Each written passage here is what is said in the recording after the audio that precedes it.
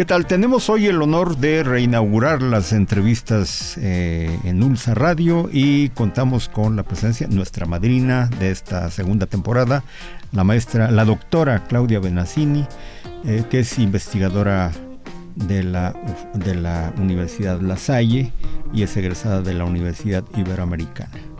Claudia, muchas gracias por estar con nosotros. Muchas gracias por invitarme y que tenga yo muy buena mano. Esperemos que sí. El asunto que vamos a abordar en esta ocasión es referente al uso y abuso de las redes sociales en esta etapa de pandemia. ¿Cómo ha influido? ¿Qué repercusiones crees que vaya a tener?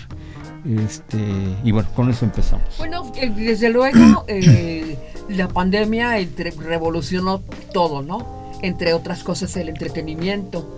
Entonces el hecho de que la gente permaneciera encerrada en su casa propició mucho que se generaran espacios de socialización y de intercambio mucho más amplios a través de las redes, porque justamente era la forma en la que las personas podían mantenerse en contacto unas con otras, podían intercambiar cierto tipo de información, de materiales y demás. Entonces se volvió un espacio para muchas personas imprescindible durante el tiempo de la pandemia, y particularmente los espacios para la socialización, ¿no? Como Facebook, como TikTok en otro sentido, como Instagram, con espacio de intercambio de fotografías. Otras como Twitter, por ejemplo, permanecieron un poco en el mismo sentido, pero desde luego también YouTube, también para el acceso a materiales. YouTube se volvió muy importante porque era un espacio que gratuito, se puede pagar por tener ciertos privilegios, pero un espacio gratuito de acceso a materiales de muchísimas características, ¿no?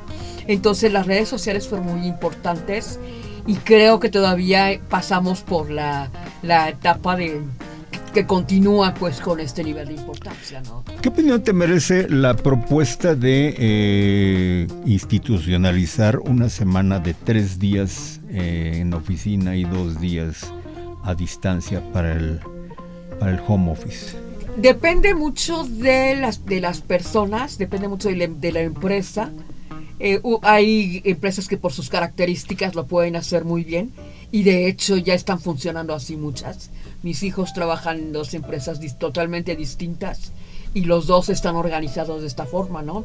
Entonces permite desde luego un ahorro muy importante para los empleadores, desde luego que sí, en términos de energía, de una serie de insumos que tienen que ver con la dotación, la presencia de sus empleados en oficinas, y también permite que los empleados participen o estén en su casa, no solamente trabajando, sino también en otras actividades, ¿no?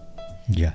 En tu balance personal, ¿qué es lo positivo que ha dejado en la parte académica el uso de las tecnologías y qué es lo negativo? Bueno, lo positivo fue que tuvimos que hacerlo.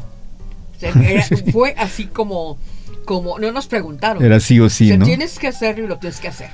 Y entonces esto permitió que pudiéramos tener una forma distinta de relacionarnos con los alumnos y de relacionarnos con el conocimiento, que fue muy importante. Me parece que sobre todo el primer 2020 y digamos la primera parte de 2021 fueron muy importantes por eso, porque por ejemplo en el caso de nuestros alumnos de La Salle, yo me acuerdo que la generación que ahora está por salir tenían la materia de televisión y entonces hicieron unos trabajos bien interesantes, pero cada quien estaba desde su casa. O sea, el productor, el director, las cámaras, todo estaba cada quien repartido en sus casas y desde ahí hicieron sus programas de televisión.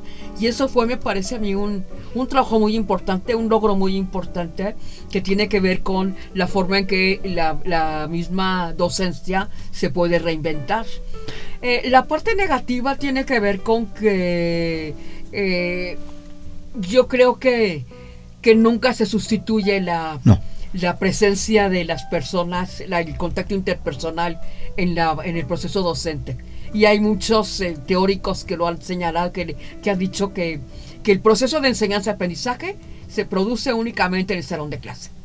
Entonces eso, digamos que a lo mejor algunos dirán que en este momento que no, pero yo creo que sin duda el espacio de socialización es único y sí se perdió muchísimo en ese sentido. Esa es una de las partes negativas, ¿no? Y la otra tiene que ver con este regreso, en donde entonces todavía tenemos alumnos que no están ni aquí ni allá.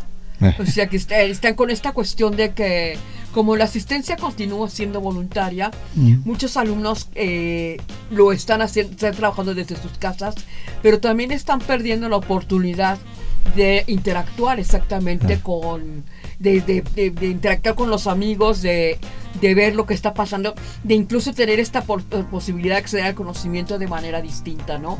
Creo que eso es muy importante. Otras cuestiones ya tendrían que ver con, por ejemplo, bueno, la parte positiva, el énfasis que tuvo el comercio electrónico, que fue muy importante, pero también otra vez esta cuestión me parece que a final de cuentas la interacción entre las personas directa, que para mí es muy importante, se perdió muchísimo. Y hay mucha gente que entonces sí tiene dificultades, por ejemplo, para retomar esa interacción, ¿no? A pesar de todos los pesares, ya nada será igual. No. Después de este paréntesis que significa todavía, de alguna manera, la pandemia, el mundo ya no será igual, supongo.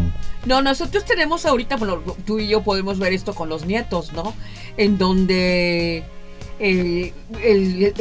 esta posibilidad de ir a la escuela se les perdió durante un tiempo y entonces tuvieron que quedarse en sus casas. Algunos a lo mejor conectados a su clase, pero muy pequeños para todavía darse cuenta de qué era lo que estaba sucediendo.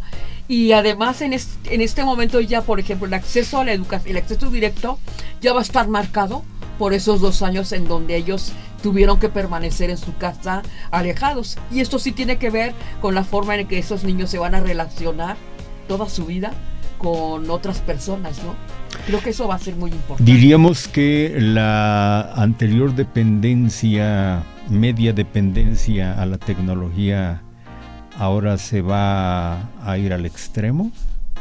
Yo creo que esto lo platicamos el otro día, no vamos a dejar de tener, por ejemplo, las plataformas para acceder, para tener contacto con nuestros alumnos.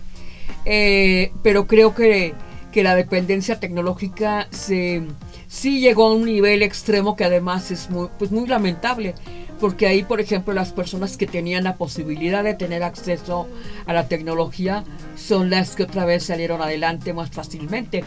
Pero ¿qué sucede, por ejemplo, con muchos de nuestros alumnos? Incluso nos han dicho, tenemos problemas de conexión, tenemos problemas de energía eléctrica, que nos dificultan esta posibilidad de estar en clase. Es decir, que esta idea de la brecha digital creo que se acentúa, ¿no? Por cuestión de la pandemia. Los costos también. Si tuviéramos, por ejemplo, un internet como lo tienen en el primer mundo, pues a lo mejor otra cosa sería. Pero aquí tenemos problemas. El otro punto sería que en algunas colonias populares, por ejemplo, el acceso también a internet es muy limitado. Familias que, por ejemplo, solamente tienen una computadora y tienen 3 o 4 hijos. Familias que tienen una televisión para poder, los hijos de escuelas públicas que se conectaban a la televisión. Entonces todo eso también determina los niveles de calidad del aprendizaje, ¿no? Muy bien. Para terminar, Claudia, algo que quieras agregar que no te hayamos preguntado sobre esto. Bueno, yo les quiero decir a mis, ya se los dije a los que me encontré allá afuera, pero se los vuelvo a decir. Yo creo que no deberían perderse la oportunidad justamente de regresar a la universidad, de poder intercambiar opiniones, de poder platicar, de poder no solamente estar en clase, sino también afuera, de poder tener otra contacto vez humano, estos espacios, exacto, que me parece que son muy importantes, ¿no? Y que entonces sí sabemos que es voluntario, pero pues que ellos consideren que esto también es algo que se están perdiendo. Muy bien, muchísimas gracias. Agradecemos a la doctora Claudia Benazzini. Soy Alejandro Merino. Nos vemos por aquí en la próxima.